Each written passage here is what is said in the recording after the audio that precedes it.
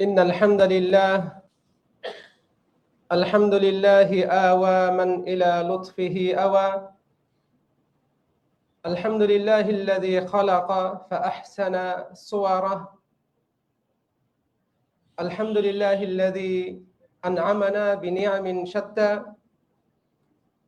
الحمد لله الذي خلق الأرض والسماوات العلى.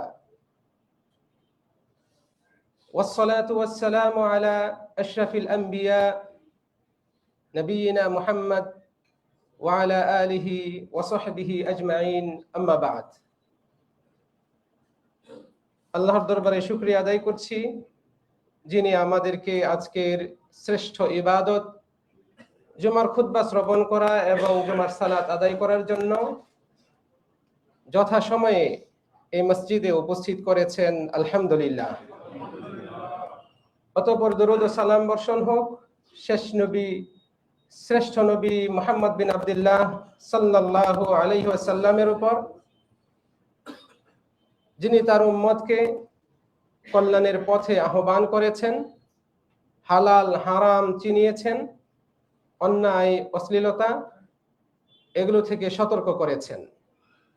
আল্লাহ তাআলা তার উপর, তার পরিবারবর্গ এবং সকল সাহাবীর উপর শান্তি, রহমত ও বরকত নাজিল করুন, আল্লাহুম্মা আমিন। সম্মানিত মুসল্লিবৃন্দ, আল্লাহ রাব্বুল আলামিনের প্রিয় বান্দাগণ, আল্লাহ সুবহানাহু ওয়া তাআলা তিনি আমাদেরকে সৃষ্টি করেছেন, আমাদের জন্য জীবন বিধান তিনি দিয়েছেন, কিসে আমাদের জন্য কল্যাণ রয়েছে তা তিনি নির্ধারণ করেছেন। যেহেতু তিনি আমাদের স্রষ্টা, আমাদের নিয়ন্ত্রক, ফলে যা আমাদের জন্য কল্যাণকর এবং যা আমাদের জন্য অকল্যাণকর এগুলো তিনি বলে দিবেন, এটাই স্বাভাবিক।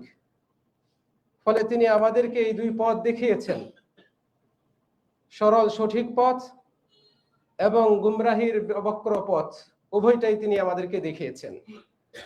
প্রকৃতপক্ষে যারা মুমিন মুসলমান, যারা আল্লাহতে বিশ্বাস করে, নবী মুহাম্মদ সাল্লাল্লাহু আলাইহি ওয়াসাল্লামকে যথাযোগ্য মর্যাদা দান করে, তারা এমন পথ অবলম্বন করে যে পথে আল্লাহর সন্তুষ্টি রয়েছে। ফলে মুমিন বান্দাগণ, ভালো মুমিন বান্দাগণ এমন ভাবে ইবাদত করে যে ইবাদতে আল্লাহর সন্তুষ্টি রয়েছে, নবী মুহাম্মদ সাল্লাল্লাহু আলাইহি ওয়াসাল্লামের সুন্নতের উপস্থিতি রয়েছে। অর্থাৎ প্রকৃত মুমিনের ইবাদত দুইটা ভিত্তির উপর নির্ভর করে, এক আল্লাহর জন্য, দুই নবী মুহাম্মদ সাল্লাল্লাহু আলাইহি ওয়াসাল্লামের সুন্নতের অনুসরণের মাধ্যমে। এই দুইটা পথ, এই দুইটা ভিত্তিকেই অবলম্বন করে মুমিনরা। ফলে এর ভিত্তিতে যে ইবাদতগুলো করে, সেই ইবাদতগুলোই আল্লাহ রাব্বুল আলামিনের সন্তুষ্টি অর্জন এনে দেয়। আর এই পথটাই মুমিনরা বেছে নেয়। মুমিনদেরকে আল্লাহ রাব্বুল আলামিন তাদের ঈমান, তাদের আমল আরো সমৃদ্ধ করতে কিছু মৌসুম দান করেছেন, যে মৌসুমকে পেয়ে মুমিনরা তাদের আমলকে, তাদের ইবাদতকে আরো সমৃদ্ধ করে।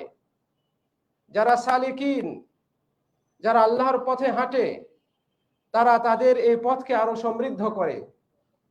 আর যারা মুকসিরিন, যারা ত্রুটি বিচ্যুতি করে, তারা তাদের এই ত্রুটি বিচ্যুতিকে শুধরে নেওয়ার চেষ্টা করে। যারা মুজনিবিন, অপরাধী, পাপী, এই কল্যাণের মৌসুম পেয়ে তারা সেই পাপ থেকে মুক্ত হওয়ার প্রচেষ্টা করে। বান্দারা যেন এইভাবে এই মৌসুমগুলোকে মূল্যায়ন করে।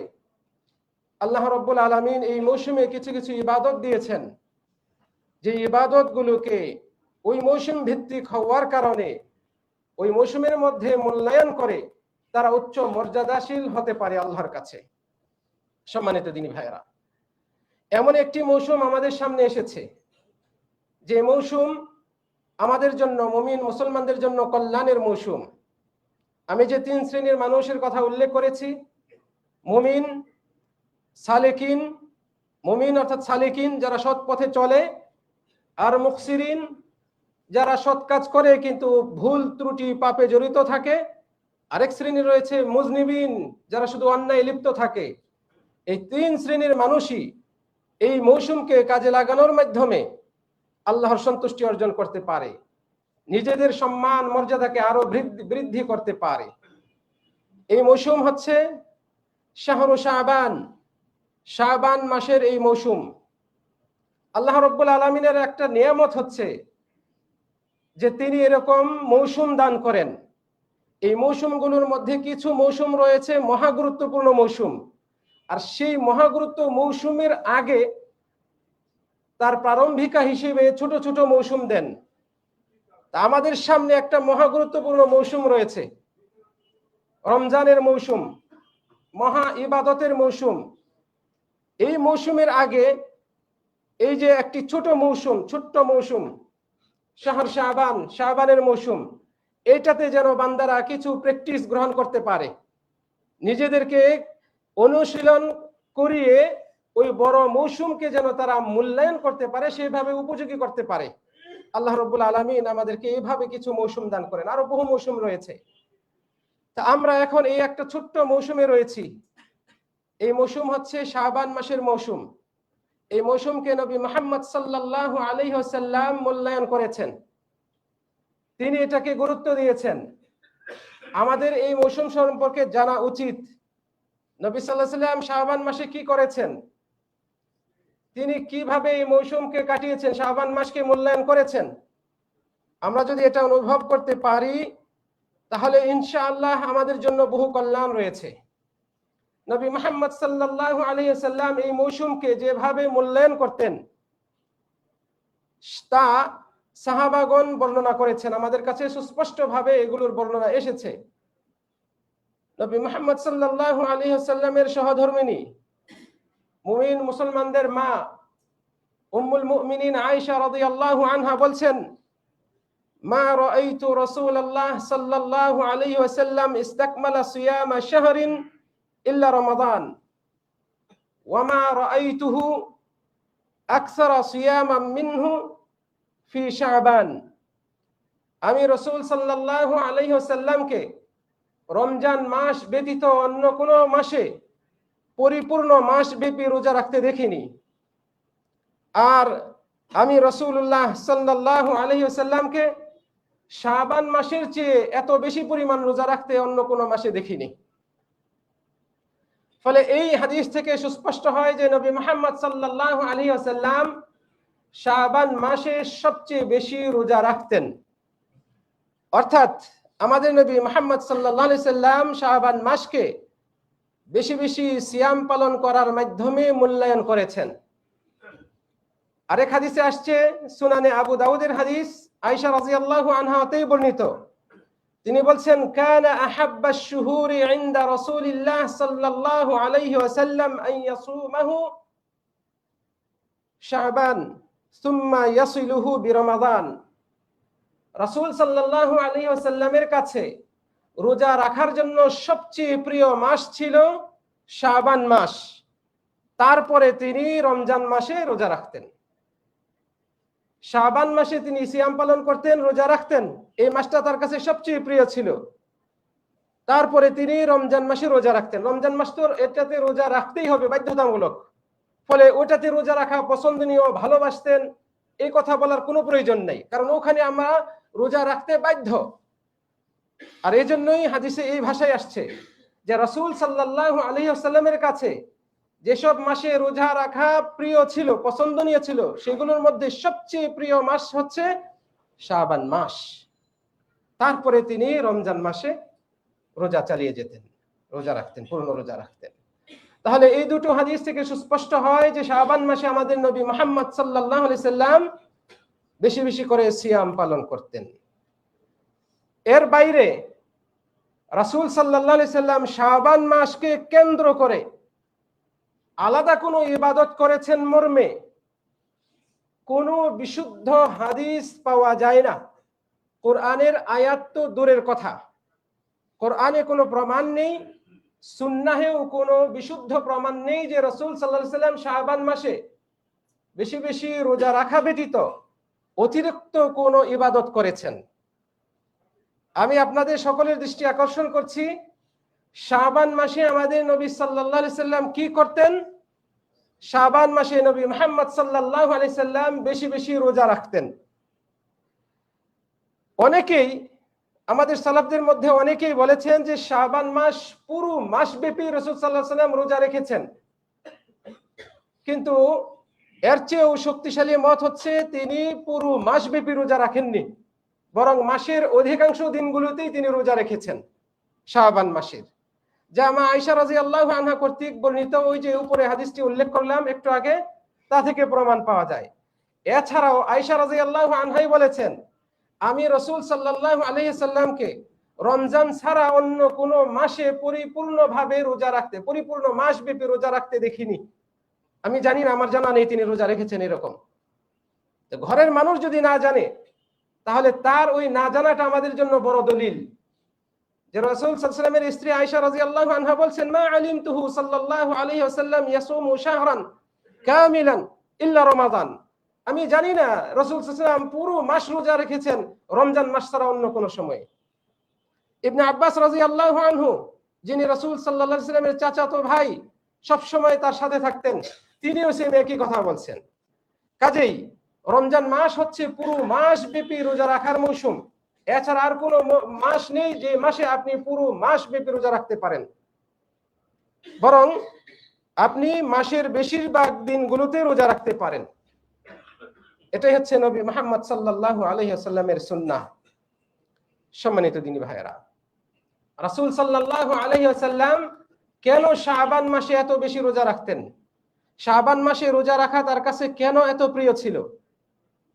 এর অন্যতম কারণ হচ্ছে যে শাবান মাস এমন একটা মাস যে মাসের আগে একটা মৌসুম রয়েছে, রজব। এটা হারাম মাস, মহাসম্মানিত যে 4টা মাস রয়েছে সেগুলোর অন্যতম রজব মাস। এই মাসকে আরবরা অত্যন্ত গুরুত্ব দেয়।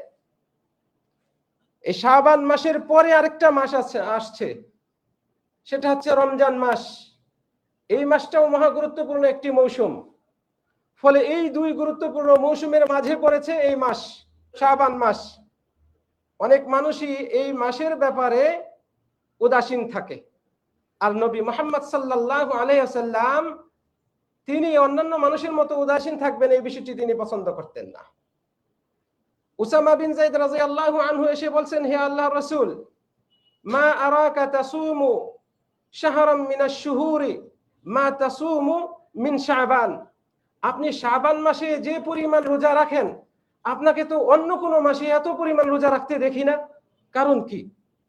তখন রাসূল সাল্লাল্লাহু আলাইহি ওয়াসাল্লাম বলছেন যে যাকা শাহরুন, এটা এমন একটি মাস, ইয়াগফুলুন নাসু ফীহি, মানুষ এই মাসে গাফেল থাকে, উদাসীন থাকে ইবাদতের ব্যাপারে, এই মাসকে গুরুত্ব দেওয়ার ব্যাপারে।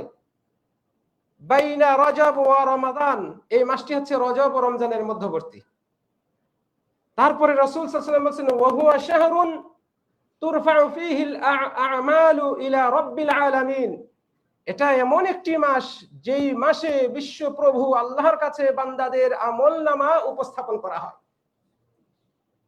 ফা উহিব্বু আন ইউরফা আমালি ওয়া আনা সাইম, কাজে আমি পছন্দ করি আমার আমল এমন সময় উপস্থাপন করা হোক যখন আমি রোজা রাখছি। এই জন্য আমি এই মাসে বেশি বেশি করে রোজা রাখি। সম্মানিত দিনী ভাইয়েরা, তাহলে আমরা এই হাদিস থেকেও জানতে পারলাম যে শাবান মাসকে রাসূল সাল্লাল্লাহু আলাইহি ওয়াসাল্লাম কেন এত গুরুত্ব দিতেন। কারণ এই মাসে মাসব্যাপী বান্দাদের আমলগুলো আল্লাহর কাছে নিয়ে যাওয়া হয়।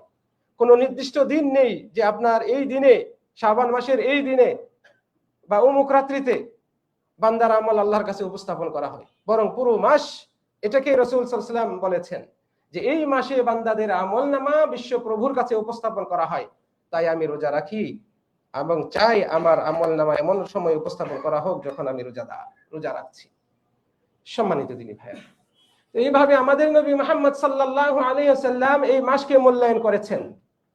এই মাসের আমল, মূল আমল এটাই যে আমরা এই মাসে বেশি বেশি করে সিয়াম পালন করব। আমাদের কর্তব্য হচ্ছে এটা। আমরা জানলাম রাসূল সাল্লাল্লাহু আলাইহি ওয়াসাল্লাম এই কাজ করেছেন, এইভাবে এই মাসকে মূল্যায়ন করেছেন। আমরা কিভাবে মূল্যায়ন করব? যেহেতু রাসূল সাল্লাল্লাহু আলাইহি ওয়াসাল্লামের জন্য ওই আমল শাবান মাসে বিশেষ করে রোজা রাখা খাস ছিল না এবং এর সপক্ষে কোনো প্রমাণ নেই, কাজেই এটা আমাদের জন্য আমল। আমরাও এই শাবান মাসে বেশি বেশি করে এই নফল রোজা পালন করব, এটা আমাদের অন্যতম দায়িত্ব। শাবান মাসে আমরা আর কি করতে পারি? শাবান মাসে আমাদের অন্যতম আরেকটা কর্তব্য হচ্ছে যে আমরা এই শাবান মাসে যদি কোনোভাবে কারো বিগত রমজান মাসের রোজা কাজা হয়ে থাকে, একটা দুইটা তিনটা চারটা উজরের কারণে যদি কাজা হয়ে থাকে এবং এই শাবান মাসের আগ পর্যন্ত 10 মাস ব্যাপী আপনি সেই কাজা আদায় করতে পারেন নাই, তাহলে আপনাকে অবশ্যই অবশ্যই এই শাবান মাসে কাজা করে নিতে হবে। বিশেষ করে নারীদের ব্যাপারে এই বিষয়টি জানা অত্যন্ত জরুরি, কারণ প্রত্যেক সুস্থ নারী যাদের পিরিয়ড হয় প্রত্যেক মাসেই যেহেতু এই ব্যবস্থা রয়েছে, আল্লাহ প্রদত্ত এটা প্রকৃতিগত বিষয় আল্লাহ তাআলা দিয়েছেন, ফলে রমজান মাসে কারো দুইটা তিনটা চারটা পাঁচটা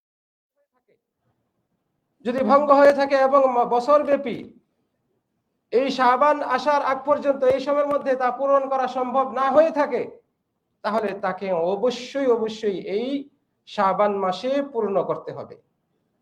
আর যদি তার ওজর থাকে, যে ওজরের কারণে রোজা সেই সময় ভঙ্গ করেছিল, অন্য কোনো ওজরে হতে পারে অসুস্থতার কারণে, এবং সেই অসুস্থতা সারা বছর ব্যাপী রয়েছে, এখনো চলমান রয়েছে, তাহলে নিশ্চিতভাবে তিনি ওজরগ্রস্ত, তাহলে তার বিষয়টি ভিন্ন।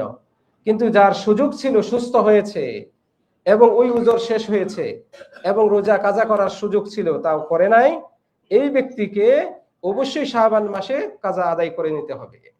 যদি তারপরেও গাফলতির কারণে সে কাজা না করে এবং পরবর্তী রোজা, সামনের রোজা শুরু হয়ে যায়, রমজান শুরু হয়ে যায়, তাহলে মুহাদ্দিসিনগণ, জমহুর উলামায়ে কেরাম, ইমাম শাফি, ইমাম আহমদ, ইমাম মালিক সহ জমহুর আলেমদের মত হচ্ছে এই ব্যক্তিকে এই রমজান শেষ হওয়ার পরে গত রমজানের যে বাকি রোজাগুলো ছিল এগুলো অবশ্যই কাজা করতে হবে, সেই সাথে তাকে তওবা করতে হবে এবং পাশাপাশি প্রত্যেকটা রোজার বদৌলতে একজন করে মিসকিনকে খাদ্য দান করতে হবে। আশা করি বুঝাইতে পেরেছি। এই তিনটা বিষয়, যিনি গত রোজার কাজা এখনো আদায় করেন নাই বিনা ওজরে, ওজর নাই তারপরেও আদায় করেন নাই গাফলতির কারণে, আবার রমজান শুরু হয়ে গেছে, এই ব্যক্তিকে তিনটা বিষয় করতে হবে, তাকে তিনটা জিনিস করতে হবে। এক, ওই কাজা করতে হবে। দুই, তওবা করতে হবে। তৃতীয়ত, প্রত্যেকটা রোজার বিনিময়ে কাফফারা দিতে হবে। কাফফারা হচ্ছে একজন মিসকিনকে খাদ্য দান করা, এই সিস্টেমে। এটা আবশ্যক জমহুর আলেমদের মতে। এই শাবান মাসে আমরা আর কি করতে পারি? স্বাভাবিকভাবে আমরা অন্য সময় যে রোজাগুলো করতাম, আইয়ামে বীজ, প্রতি মাসের 3 দিন রোজা, 13, 14, 15, এই রোজাগুলো আমরা করতে পারি। যদিও এই রোজার একটা রোজা একেবারে শাবান মাসের মধ্য রজনীতে পড়ে যায়, মধ্যদিনে পড়ে যায়, তবু আমরা করতে পারবো ইনশাআল্লাহ। এর ব্যাখ্যা পরবর্তী আলোচনায় আসছে। সোমবার এবং বৃহস্পতিবারের রোজা, এগুলো আমরা আদায় করতে পারবো। এভাবে স্বাভাবিক যে সিয়ামগুলো রয়েছে সেগুলো আমরা এই মাসে চালিয়ে যাব। তাতে করে যিনি নিয়মিত রোজা রাখছেন, শাবান মাসে বেশি রোজা রাখতে চান, আর তার এরকম নিয়মিত রোজা রাখার অভ্যাস, ফলে তিনি চাইলে ওই সোমবারের রোজাতে 2টা নিয়ত করতে পারেন, বাধা নেই। বৃহস্পতিবারের রোজাতে তিনি সাপ্তাহিক রোজা যেটা করেন, আবার শাবান হিসেবে করতে চাচ্ছেন, করে আসছেন, এই দিনে তিনি 2টা নিয়ত করতে পারেন, তাতেও কোনো বাধা নেই। আল্লাহ রাব্বুল আলামিন আমাদেরকে সঠিক বুঝদান করুন।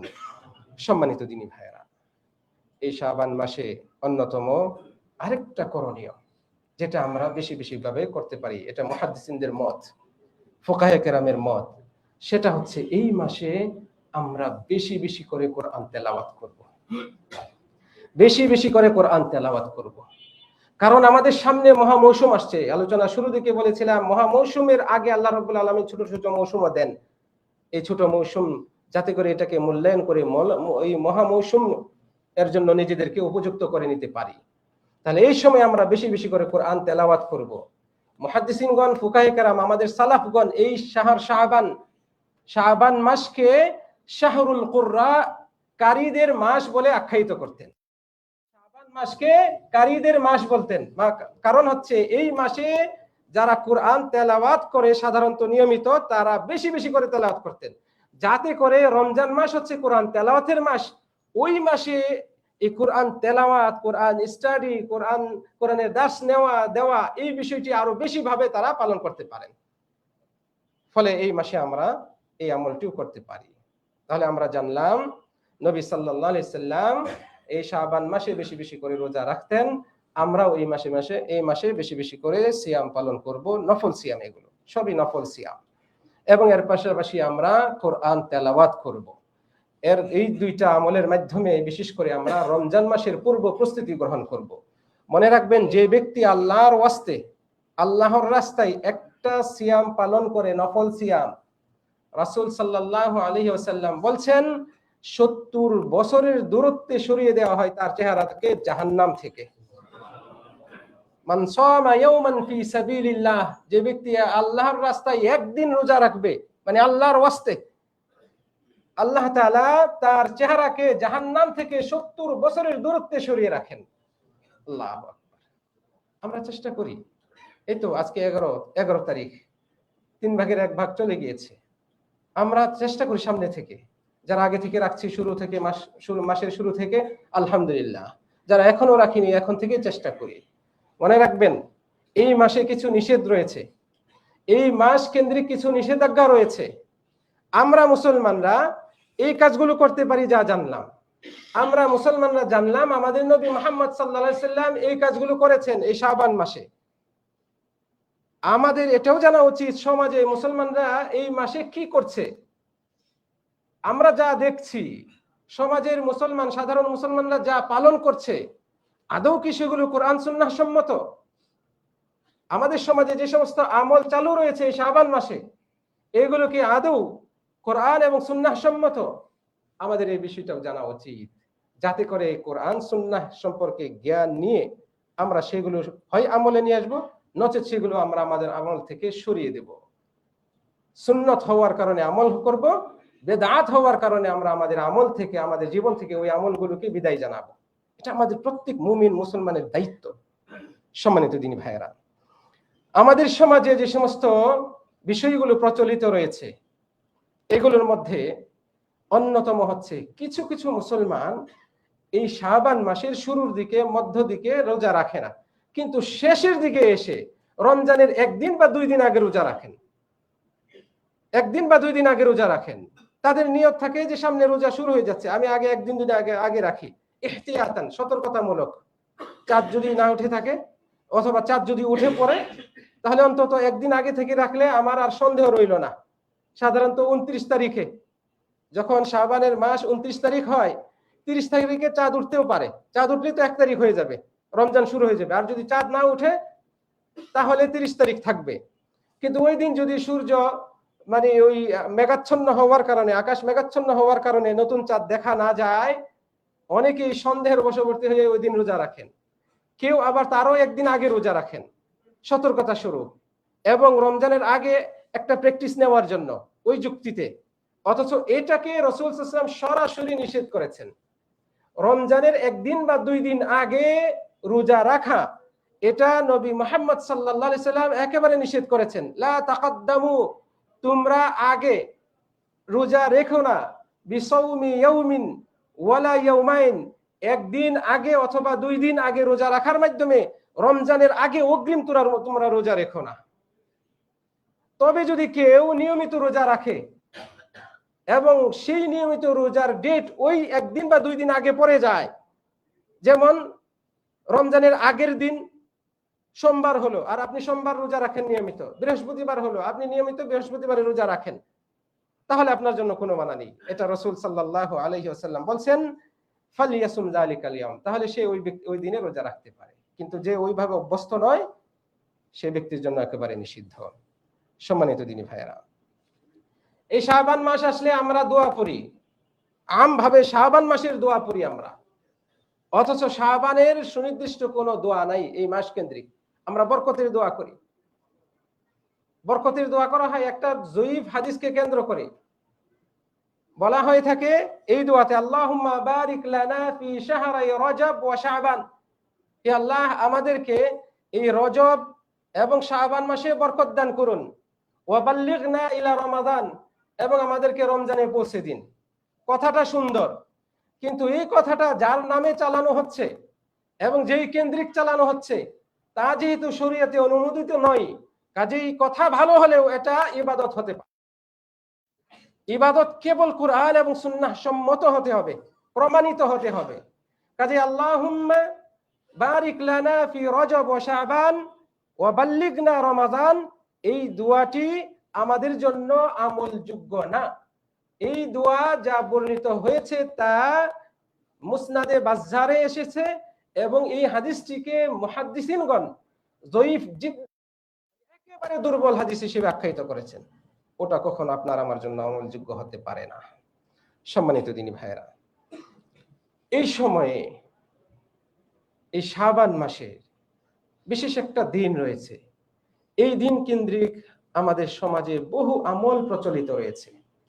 আমরা ইনশাআল্লাহ খুতবার পরবর্তী অংশে এই বিষয়ে শুনবো। আল্লাহ রব্বুল আলমিনের কাছে কামনা করি রব্বুল আলমিন আমাদেরকে কোরআন এবং সুন্নাহের উপর আমল করার তৌফিক দান করুন।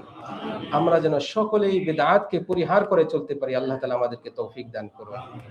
রব্বুল আলমিনের কাছে কামনা করি রব্বুল আলমিন শাবান মাস কেন্দ্রিক মুমিন মুসলমানদের জন্য যা করণীয়, যা অনুমোদিত, সেগুলো যেন আমরা মুসলমানগণ পালন করতে পারি। আল্লাহ তাআলা আমাদেরকে তৌফিক দান করুন।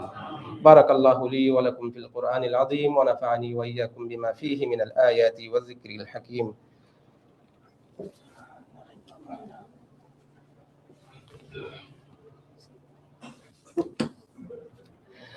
ইন্নাল হামদালিল্লাহ নাহমাদুহু ওয়া নাস্তাঈনুহু ওয়া নাস্তাগফিরুহ ونعوذ بالله من شرور أنفسنا ومن سيئات أعمالنا، من يهده الله فلا مضل له ومن يضلل فلا هادي له، وأشهد أن لا إله إلا الله وحده لا شريك له، وأشهد أن محمدا عبده ورسوله، أما بعد।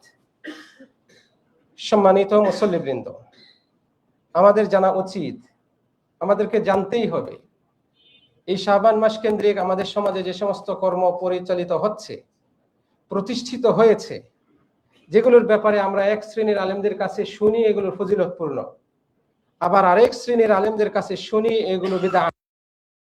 আমাদের জানতে হবে, জানা উচিত, আমরা বাধ্য, এমত অবস্থায় আমাদের কর্তব্য সঠিক কোনটা তা নির্ধারণ করা, উদ্ঘাটন করা।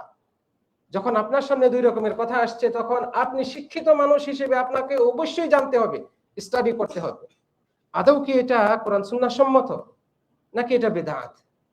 আপনাকে এটা জানতে হবে, আপনাকে এর উৎস খুঁজতে হবে, এই ইবাদতের উৎস খুঁজতে হবে, তাহলে আপনার কাছে বিষয়গুলো স্পষ্ট হবে। আমাদের সমাজে নিসফে শাবান তথা শাবান মাসের 14 তারিখ দিবাগত রাত্রি এবং তার পরের দিন 15 তারিখের দিন, এই দুইটা রাত এবং দিনকে কেন্দ্র করে বহু ইবাদত, বহু কিছু আমাদের সমাজে প্রচলিত রয়েছে। আমরা এমন জানবো যে এগুলো কতটা বিশুদ্ধ। আমাদের সমাজে এই 14 তারিখ দিবাগত রাত্রিতে নানান রকমের আয়োজন করা হয়, জাঁকজমকপূর্ণভাবে বিভিন্ন ইবাদত পালন করা হয়, জামাতবদ্ধভাবে অথবা একাকী নানান রকমের আয়োজন করা হয়। অথচ এই আয়োজনের পেছনে কোরআন এবং সুন্নাহ থেকে ন্যূনতম কোনো দলিল নেই, যে দলিল প্রমাণ করবে যে আপনি এই রাত্রিতে অথবা তার পরের দিন দিনে কোনো আমল করতে পারেন। কোনো আমলের সপক্ষে ন্যূনতম বিশুদ্ধ কোনো দলিল। আমি কি কি আমল করা হয় এর আগে আপনাকে শুধু এটা আপনার জেহেনে, আপনাদের ব্রেনে এটা দিতে চাই। জেনে রাখবেন যে 14 তারিখ দিবাগত রাত্রি, যে রাত্রিকে আমরা শবে বরাত বলি। শবে বরাত হচ্ছে ভাগ্য রজনী। সব অর্থ রাত, বরাত মানে ভাগ্য, দুইটাই ফার্সি শব্দ। আর এটাকে যদি আরবিতে নিয়ে আসি তাহলে এর আরবি হচ্ছে লাইলাতুল কদর। লাইলাতুল কদর, লাইলাহ মানে রাত আর কদর মানে ভাগ্য। এখন এই রাত্রিকে, শাবানের রাত্রিকে যদি এই মুসলমানগণ লাইলাতুল কদর বলে, তাহলে রমজানে যে লাইলাতুল কদর আছে সেটাকে কি বলবে? এই যে একটা ধোঁয়াশা, এই যে একটা একরকমের ধোঁকা, এটাকে প্রতিষ্ঠিত করার জন্য কৌশলে আরবি নাম অথবা বাংলা নাম চেঞ্জ করে ভিন্ন ভাষায় এখানে আমাদের সমাজে প্রতিষ্ঠিত করা হয়েছে শবে কদর। অথচ শবে কদর হচ্ছে লাইলাতুল কদর, রমজান মাসে। সম্মানিত দিনী ভাইয়েরা, তো এই রাত্রিতে বহু আমল রয়েছে যেগুলো জামাতবদ্ধভাবে অথবা একাকী করা হয়, এগুলোর সপক্ষে কোনো প্রমাণ নেই। কি কি করা হয়? এগুলোর মধ্যে অন্যতম হচ্ছে এই রাত্রিতে বিশেষভাবে 100 রাকাত নামাজ আদায় করা হয়। বিশেষ পদ্ধতিতে 100 রাকাত নামাজ পড়া হয়। প্রত্যেক রাকাতে সূরা ইখলাস 10 বার করে পাঠ করা হয়। তাহলে 100 রাকাতে কতবার হয়? 1000 বার হয়। এই জন্য এই নামাজের নাম দেওয়া হয়েছে সলাতুল আলফিয়া, হাজার নামাজ, হাজারের নামাজ। উদ্দেশ্য হচ্ছে যেহেতু এই নামাজে 1000 বার সূরা ইখলাস পাঠ করা হয়। এটার আরেকটা নাম আছে সলাতুল বারাআহ, মুক্তির নামাজ। এই নামাজ পড়লে মুক্তি পাওয়া যাবে জাহান্নাম থেকে। অথচ এই সালাত না আমাদের নবী মুহাম্মদ সাল্লাল্লাহু আলাইহি ওয়াসাল্লাম পড়েছেন, না সাহাবায়ে কেরাম পড়েছেন, তাবিঈনে ইজম পড়েছেন, তাবি পড়েছেন। 4 ইমামের কোনো এক ইমামও এই নামাজ পড়েন নাই। আমাদের দেশের সমাজের যে মুসলমানগণ, প্রায় 80 থেকে 90% মুসলমানগণ হানাফি মাযহাবের অনুসরণ করে থাকি আমরা। তো এই মাযহাবের যিনি প্রধান ইমামে আযম আবু হানিফা রহিমাহুল্লাহ, তিনিও কোনোদিন এই নামাজ পড়েন নাই। তাহলে এই নামাজ এই উম্মতের মধ্যে কিভাবে প্রতিষ্ঠা পেল? এই নামাজ কিভাবে সুন্নাত হতে পারে? এটা আপনাকে ভাবতে হবে। এটার ইতিহাস হচ্ছে যে ফিলিস্তিনের আন্দালুস যে শহর, এই শহরের একজন নাগরিক, তার নাম হচ্ছে ইবনু আবি হামরা। কোরআন খুব ভালো করে তেলাওয়াত করতে পারতেন, সুললিত কণ্ঠের অধিকারী ছিলেন। তিনি বাইতুল মুকাদ্দাসে গেলেন 448। বাইতুল মুকাদ্দাসে গিয়ে তিনি একাই নামাজ পড়ছেন রাতের বেলায়। প্রথম রাকাতে এরকম সূরা ফাতিহার পরে 110 বার সূরা ইখলাস পড়লেন। দ্বিতীয় রাকাতেও সূরা ইখলাস এভাবে পড়লেন। তার পেছনে একজন চলে আসে, সাথে দাঁড়ায়। এরপরে আবার আরেকজন, এভাবে লোকজন বেড়ে যায়। 100 রাকাত শেষ করার পরে খেয়াল করলেন তার পিছনে এক বিশাল জামাত জমায়েত হয়ে গিয়েছে। এটা দেখে তার ভালো লাগে। পরের বছর এটাকে তিনি আরো প্রতিষ্ঠিত করেন, ঢাকঢোল পিটিয়ে। এইভাবে ধীরে ধীরে এই নামাজটা প্রচলিত হয়। 448 সালে জনৈক ব্যক্তি, যিনি না ছিলেন নবী, না ছিলেন সাহাবী, না ছিলেন কুরুনে সালাসা আল মুফাদ্দালা, যে তার 3টা যুগকে শ্রেষ্ঠ যুগ বলেছেন রাসূল সাল্লাল্লাহু আলাইহি ওয়াসাল্লাম, ওই যুগের কেউ, তাবিও ছিলেন না, তাবিও ছিলেন না। সেই ব্যক্তি যে নামাজ প্রচলিত করে, চালু করে, সেই নামাজ কিভাবে আপনার আমার জন্য ইবাদত যোগ্য হতে পারে? এটা আপনাদের প্রতি আমার প্রশ্ন। এই রাত্রিতে যে সমস্ত ইবাদত করা হয়, এগুলোর অন্যতম হচ্ছে বিশেষ করে মাগরিবের নামাজের পরে 6 রাকাত নামাজ পড়া হয় বিশেষ পদ্ধতিতে। 2 রাকাত পরে এবং সেটা নিয়ত করা হয় যে এই নামাজ হবে এই আশায় যে আল্লাহ যেন আমার হায়াত বৃদ্ধি করে দেন, হায়াত দারাজ করেন। এই আশায় প্রথমে 2 রাকাত পড়া হয়। তারপরে 2 রাকাত পড়া হয় জীবনের বালা মুসিবত যেন আল্লাহ দূর করে দেন, এই নিয়তে। আবার 2 রাকাত পড়া হয় এই আশায় যে আল্লাহ রাব্বুল আলামিন যেন আমাকে মানুষের মুখাপেক্ষী না করেন, স্বাবলম্বী যেন করেন, এই আশায়। এইভাবে 2 মোট 3 বারে 6 রাকাত পড়া হয়। এর সপক্ষেও কোনো প্রমাণ নেই, কোনো দলিল নেই। মনে রাখবেন, এগুলো বানোয়াট, মস্তিষ্ক প্রসূত। সিস্টেমটা সুন্দর, দেখতে ভালো। আপনি তো যেহেতু কোরআন এবং সুন্নাহর দলিল জানেন না, আপনার কাছে এটা খুব ভালো লাগবে, আপনি মেনে নেবেন। এইভাবে আমাদের সমাজের সাধারণ মুসলিমদেরকে ধোঁকাগ্রস্ত করা হয়েছে। প্রিয় দিনী ভাইরা, এই রাত্রিকে কেন্দ্র করে আরো কিছু কি বলা হয়, প্রস্তুতি নেওয়া হয়, উদ্যোগ নেওয়া হয়। এগুলো কোনোটাই কোরআন সুন্নাহ সম্মত নয়। এগুলো পুরোটাই কুসংস্কারে ভরপুর। এগুলোর অন্যতম হচ্ছে এই রাত্রিতে কিছু শ্রেণীর মানুষ নতুন কাপড় চোপড় কেনেন, নিজের জন্য, ছেলে মেয়েদের জন্য, স্ত্রীর জন্য, বাসার আশপাশের আত্মীয় স্বজনের জন্য কাপড় চোপড় কেনেন। এটাকে মনে করেন একটা ইবাদতের কাজ, ফজিলত, আনন্দ। যে কাজটা ঈদের দিনে হওয়ার কথা সেই কাজটা করা হচ্ছে এই সময়। এটা শয়তানের অন্যতম চক্রান্ত। আপনার ওই ঈদের দিনের যে আমেজ, অনুভূতি, এটাকে হ্রাস করিয়ে দেওয়ার অন্যতম চক্রান্ত। অথচ এই দিনে এই জাতীয় কাপড় চোপড় ওই উদ্দেশ্যে যে এদিন শবে বরাত, ফজিলতপূর্ণ রাত্রি, নতুন কাপড় পরলে ইয়া হবে, আয় উন্নতি হবে, সারা বছর ব্যাপী এরকম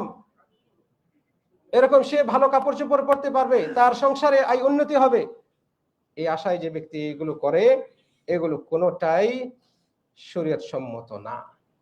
এই রাত্রিতে গোসল করেন অনেকেই, বিশেষভাবে গোসল করেন, শবে বরাতের গোসল। আল্লাহু আকবার। আপনাকে কিভাবে বোঝায় এটা কত বড় কুসংস্কার? শবে বরাতের আবার গোসল আছে? আল্লাহু আকবার। গোসল থাকলে সেটা হচ্ছে জুমার গোসল। ইসলামে যদি কোনো নির্দিষ্ট গোসল থাকে তাহলে সেটা হচ্ছে কিসের গোসল? জুমার দিনের গোসল। মান বাক্কারা ওয়াত্তাকারা, রাসূল সাল্লাল্লাহু আলাইহি ওয়াসাল্লাম বলেছেন যে আগে ভাগে গোসল করে তারপরে প্রস্তুতি নিয়ে মসজিদে আসে। রাসূল সাল্লাল্লাহু আলাইহি ওয়াসাল্লাম আরো বলছেন যে গসলু ইয়াউমিল জুমআহ ফারিযা ফারিযাতুন আলা কুল্লি মুসলিম আলা কুল্লি মুহতালিমিন। জুমার দিনে গোসল করা প্রত্যেক প্রাপ্তবয়স্কের উপর আবশ্যক। যদি কোনো গোসল থাকে ইবাদতের, তাহলে সেটা হচ্ছে এই জুমার দিনের গোসল। এছাড়া ফরজ গোসল তো আছেই, আর অন্যান্য গোসল। সম্মানিত দিনী ভাইরা, এই সময় ভালো খাবার খেতে হবে, ভালো খাবার রান্না করতে হবে, আর হালুয়া রুটি তো আবশ্যক লাগবেই। আল্লাহু আকবার। এটা কুসংস্কার। আপনার ধারণা এই দিনে যদি ভালো খাবার রান্না হয় ঘরে, সারা বছর ব্যাপী আপনার সংসারে আয় উন্নতি হবে, ভালো খাবার খাবে আপনার ছেলে মেয়েরা? আপনাকে কে দিল এই ধারণা? আপনি কি জানেন এটা যে আকীদার সাথে সম্পৃক্ত? আপনি যে আপনার অজান্তে শিরকে লিপ্ত হচ্ছেন, আপনার আকীদা বিশ্বাসকে কলুষিত করছেন। আপনাকে সতর্ক থাকতে হবে। অতএব এই রাতে আপনার বাড়িতে যেন স্পেশাল কিছু রান্না না হয়। এই রাত্রিকে কেন্দ্র করে আপনার বাড়িতে কোনো হাদিয়া আসলে সেইটা যেন আপনার দরজা টপকে বাড়ির ভেতরে না ঢোকে। আপনি না এই বিদআত করবেন, না এই বিদআতীদেরকে আশ্রয় প্রশ্রয় সহযোগিতা করবেন, সমর্থন করবেন।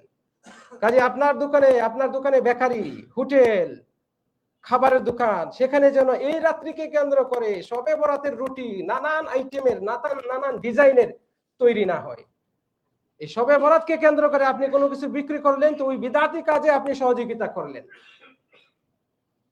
সহযোগিতা করলেন, সমান অপরাধে অপরাধী হতে পারেন। আপনাকে সতর্ক থাকতে হবে।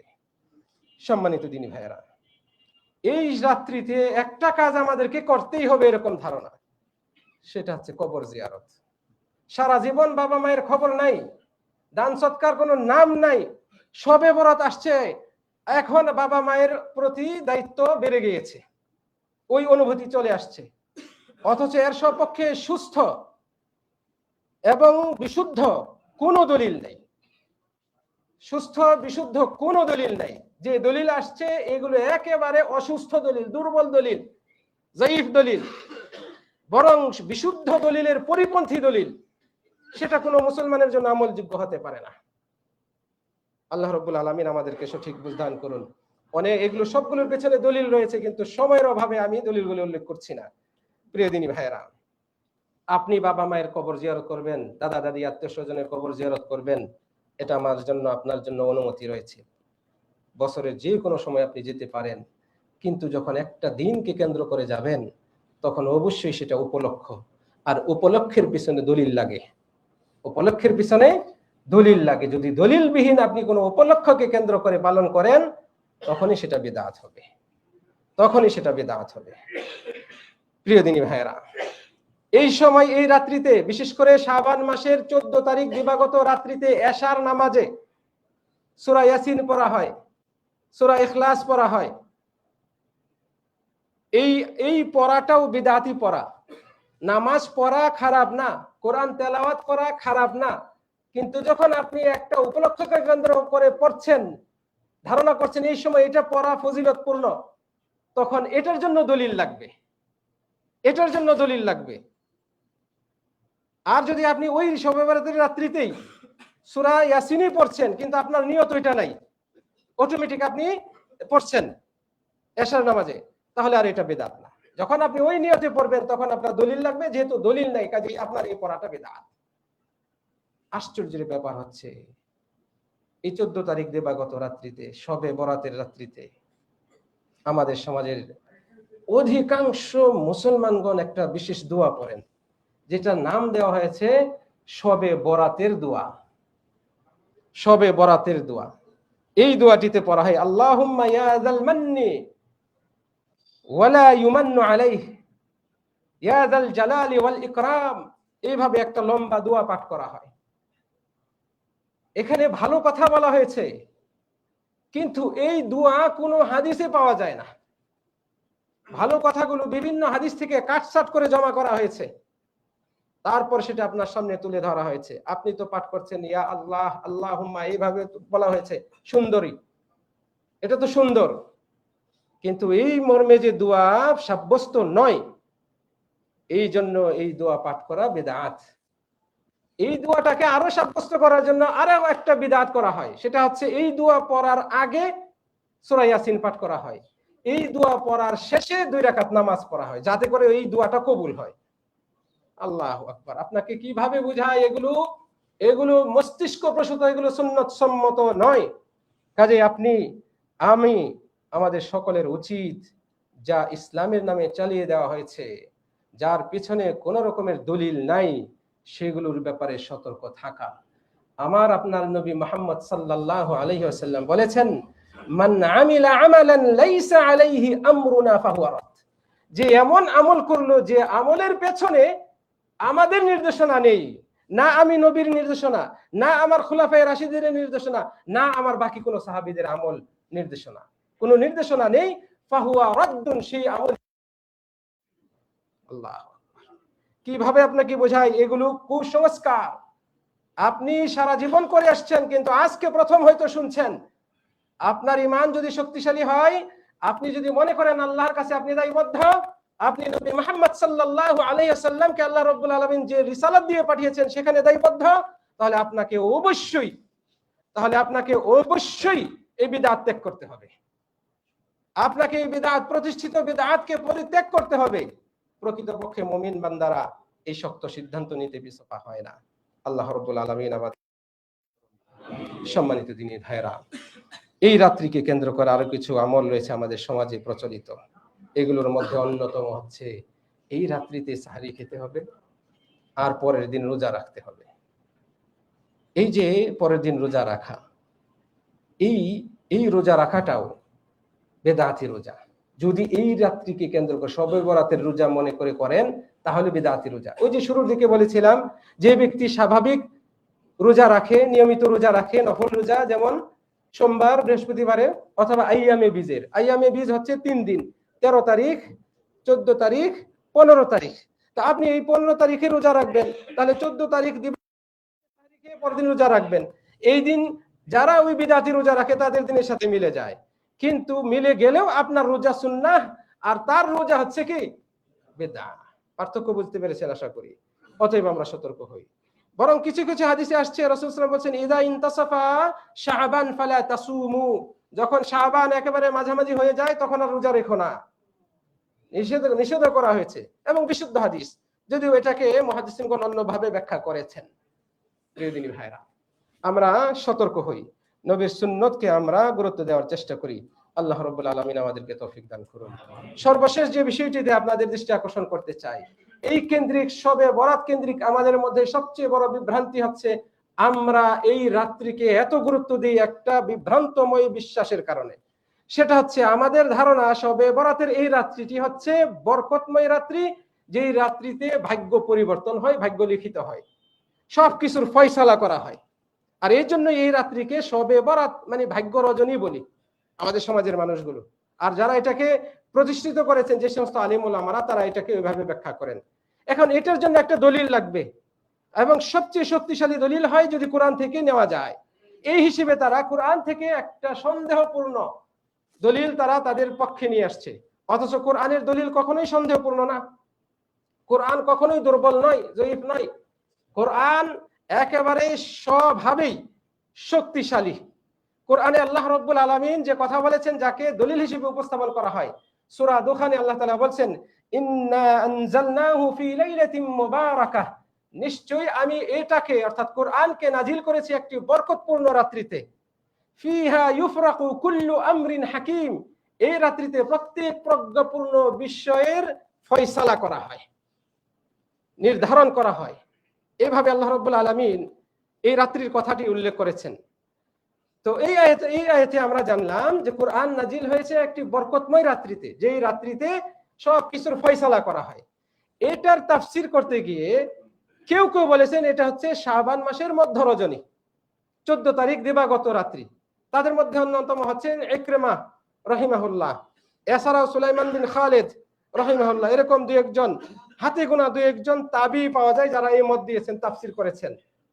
কিন্তু জমহুর মুফাসসিরিন, 4 ইমাম, জমহুর মুহাদ্দিসিন সবাই একমত যে এই রাত্রিটি হচ্ছে সেই রাত যেই রাত্রির ব্যাপারে আল্লাহ তাআলা বলছেন ইন্না আনজালনাহু ফি লাইলাতিল কদর, নিশ্চয়ই আমি এই কোরআনকে নাজিল করেছি কদরের রাত্রিতে। এখানে আল্লাহ তাআলা বলেছেন যে আমি এই কোরআনকে নাজিল করেছি বরকতময় রাত্রিতে। সূরা ওই সূরাতুল কদর, ওখানে আল্লাহ তাআলা বলছেন আমি এই কোরআনকে নাজিল করেছি বরকতময় লাইলাতুল কদরে, কদরের রাত্রিতে। তাহলে এই বরকতময় রাত্রি আর ওই কদরের রাত্রি, মর্যাদাপূর্ণ রাত্রি, ভাগ্যের রাত্রি, যেই দুই রাত একই। এটাই এটাই এটাই সব মানুষ যার ন্যূনতম বুদ্ধি আছে সে বুঝবে। তাহলে এই লাইলাতুল কদর কোন রাত্রিতে, সেটাও আল্লাহ রাব্বুল আলামিন, লাইলাতুল কদর কোন মাসে, বছরের কোন সময়ে, সেটাও আল্লাহ রাব্বুল আলামিন স্পষ্ট করেছেন। যখন আল্লাহ তাআলা বললেন যে এই কোরআনকে আমি নাজিল করেছি লাইলাতুল কদরে, কদরের রাত্রিতে, তাহলে কদরের রাত কোন মাসে হতে পারে? যে মাসে আল্লাহ রাব্বুল আলামিন কোরআন নাজিল করেছেন সেটাও আল্লাহ তাআলা বলেছেন শাহরু রমাদান আল্লাযী উনজিলা ফীহিল কুরআন, রমজান মাস যেই মাসে কোরআন নাজিল করা হয়েছে। তাহলে আমাদের কাছে একেবারে স্পষ্ট, দিবালোকরণে স্পষ্ট যে কোরআন নাজিল হয়েছে রমজান মাসে, কোরআন নাজিল হয়েছে রমজান মাসের লাইলাতুল কদরে, কোরআন নাজিল হয়েছে রমজান মাসের লাইলাতুল কদরে, যে কদর রাত্রিটি হচ্ছে বরকতময় রাত। ইন্না আনজালনাহু ফি লাইলাতিন মুবারাকাহ, আমি বরকতময় রাত্রিতে কোরআন নাজিল করেছি। সম্মানিত দিনী ভাইরা, তাহলে আমরা কোরআন থেকে যে দলিল তারা দেয় সেটা যে দলিল হিসেবে ইস্তিদলাল, দলিল গ্রহণ করা হিসেবে ভুল, এটা আমাদের কাছে একেবারে স্পষ্ট। প্রিয় দিনী ভাইরা, কিছু হাদিসও এই সময় উপস্থাপন করা হয় এর সপক্ষে। এই হাদিসগুলো কোনোটাই বিশুদ্ধ নয়, এগুলো কোনোটাই বিশুদ্ধ নয়। তার মধ্যে আয়েশা রাদিয়াল্লাহু আনহাতে বর্ণিত একটি হাদিস উল্লেখ করা হয় যে ইন্নাল্লাহা ইয়ানজিলু লাইলাতান নিসফি মিন শাবান ইলা সামাঈদ দুনিয়া, যে লাইলাতুন নিসফ শাবান, শবে বরাতের রাত্রিতে, 14 তারিখ দিবাগত রাত্রিতে আল্লাহ তাআলা দুনিয়ার আকাশে চলে আসেন। তারপরে তিনি কালব গোত্রের যত ছাগল, ভেড়া, বকরি রয়েছে, এগুলোর যত পরিমাণ পশম আছে, এই পশম সংখ্যার চেয়েও বেশি মানুষকে আল্লাহ তাআলা ক্ষমা করে দেন। এই মর্মে রিওয়ায়াতটি এসেছে এবং সুনানে তিরমিজিতে এই হাদিসটি আসছে। ইমাম তিরমিজি এই হাদিসটি বর্ণনা করার পরে তিনি নিজেই এটা যে জয়ীফ সেদিকে ইঙ্গিত করেছেন। তারপরে তিনি বিশ্ববিখ্যাত ইমাম, মুসলমানদের উস্তাদ, ইমামুল আইম্মাহ, ইমামুল মুহাদ্দিসিন, আমিরুল মুমিনিন ফিল হাদিস, ইমাম বুখারী রাহিমাহুল্লাহ এই হাদিসটিকে জয়ীফ বলেছেন, মর্মে তিনি উল্লেখ করেছেন। ইমাম তিরমিজি ইমাম বুখারীর ছাত্র, তিনি বলছেন যে আমার উস্তাদ ইমাম বুখারীকে শুনেছি তিনি এই হাদিসটিকে জয়ীফ বলেছেন। ইমাম বুখারী যে হাদিসকে জয়ীফ বলেছেন সেই হাদিসকে আপনি সহিহ বলার সাহস রাখেন কিভাবে? ইমাম বুখারী কে, পরিচয়টা জানার চেষ্টা করবেন। সম্মানিত দিনী ভাইরা, আরেকটা হাদিস উল্লেখ করা হয়, এটাই আমার আলোচনার আজকের শেষ হাদিস। আরেকটা হাদিস এই মর্মে দলিল হিসেবে উল্লেখ করা হয়, আবু মুসা আশআরী রাদিয়াল্লাহু আনহু হতে বর্ণিত, ইবনে মাজাহ এবং মুসনাদে আহমদের হাদিস। বলা হয়েছে এই হাদিসে যে ইন্নাল্লাহা লা ইয়াত্তালিউ ফি লাইলাতিন নিসফি মিন শাবান, আল্লাহ তাআলা এই নিসফে শাবানে দুনিয়ার মানুষের প্রতি নজর দেন, তাকান, দৃষ্টিপাত করেন।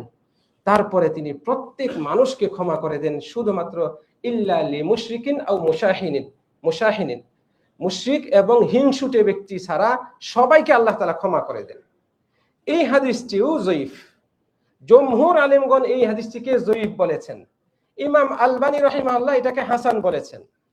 আমরা যদি ইমাম আলবানীর মতটাকে গ্রহণ করেও ধরে নেই হাদিসটি সহিহ, তাহলে এই হাদিসের ভাষ্য কি সেটা আপনি জানুন। এই হাদিসে বলা হয়েছে আল্লাহ তাআলা এই রাত্রিতে দুনিয়ার মানুষের দিকে তাকান, তারপরে মুশরিক আর হিংসুক ব্যক্তি ছাড়া সবাইকে ক্ষমা করে দেন। এই হাদিস থেকে কি কোনোভাবে প্রমাণ হয় যে আপনি এই সময় 100 রাকাত নামাজ পড়বেন, নতুন কাপড় পরবেন, হালুয়া রুটি রান্না করবেন, গোসল করবেন, কবর জিয়ারত করবেন, বিশেষ দোয়া পড়বেন, বিশেষ বিশেষ এই আয়োজন করবেন, মসজিদে মসজিদে মিলাদ পড়বেন? কোনো প্রমাণ পাওয়া যায়? কোন? আপনি কি হিসেবে পড়ছেন? যদি আমরা ধরেও নিই এটা সহিহ, তাহলে এই রাতের ফজিলত বোঝা যায়, কিন্তু এই রাতে আপনি কি আমল করবেন এর পক্ষে তো কোনো দলিল নেই। আল্লাহ রাব্বুল আলামিন আমাদেরকে সঠিক বুঝ দান করুন, কোরআন এবং সুন্নাহের উপর অবিচলতা দান করুন।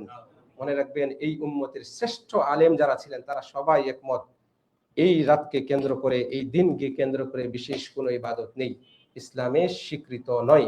শাইখুল ইসলাম ইবনে তাইমিয়া রাহিমাহুল্লাহ, এই যুগের শ্রেষ্ঠ ইমাম, ইমাম বিন বাজ রাহিমাহুল্লাহ, ইবনে উসাইমিন রাহিমাহুল্লাহ, তারপর সালেহ ফাউজান রাহিমাহুল্লাহ, তারা সবাই এই সমস্ত আমলগুলোকে বিদআত বলে আখ্যায়িত করেছেন। অতএব আমরাও সতর্ক হই, আমরা এই বিদআতগুলোকে পরিহার করি, আমরা সঠিকটা জেনে আমল করার চেষ্টা করি। আল্লাহ রাব্বুল আলামিন আমাদেরকে তৌফিক দান করুন। আজকের এই আলোচনা শেষে রব্বুল আলামিনের কাছে কামনা করি, রব্বুল আলামিন আমাদের সকলকে কোরআন এবং সুন্নাহ অনুপাতে আমল করার তৌফিক দান করুন, বিদআত এবং শিরক মুক্ত আমল করার তৌফিক দান করুন।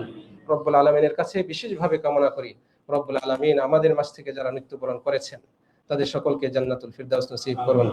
আমাদের মধ্যে যারা অসুস্থ রয়েছেন তাদেরকে সুস্থতা দান করুন। কত মুমিন মুসলমান রয়েছে অসুস্থতার কারণে আজকে এই মসজিদে আসতে পারে নাই, বিছানায় কাতরাচ্ছেন, কষ্টে জীবনযাপন করছেন। আল্লাহ তাআলা আমাকে আপনাকে এই মসজিদে এসে আসার তৌফিক দিয়েছেন, অন্য মসজিদে অন্যদেরকে আসার তৌফিক দিয়েছেন। রব্বুল আলামিন আমাদের ইবাদতগুলোকে কবুল করুন।